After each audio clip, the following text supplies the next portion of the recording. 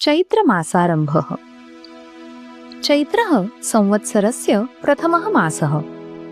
अतः भारतस्य विभिन्नप्रदेशेषु अयं दिनः नूतनवर्षारम्भः इति आचर्यते।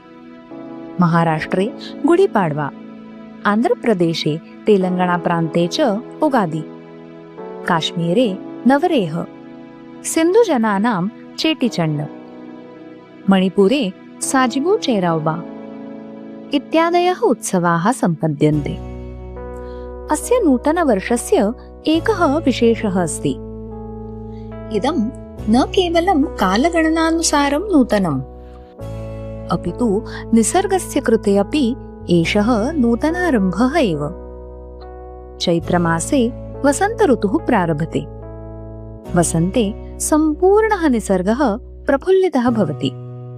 वृक्षेषु नूतनपल्लवाः अङ्कुरिताः भवन्ति, विविधानि पुष्पाणि विकसन्ति, भ्रमराः गुञ्जन्ति, खगाः कूजन्ति, पशवः अपि आनन्देन विहरन्ति।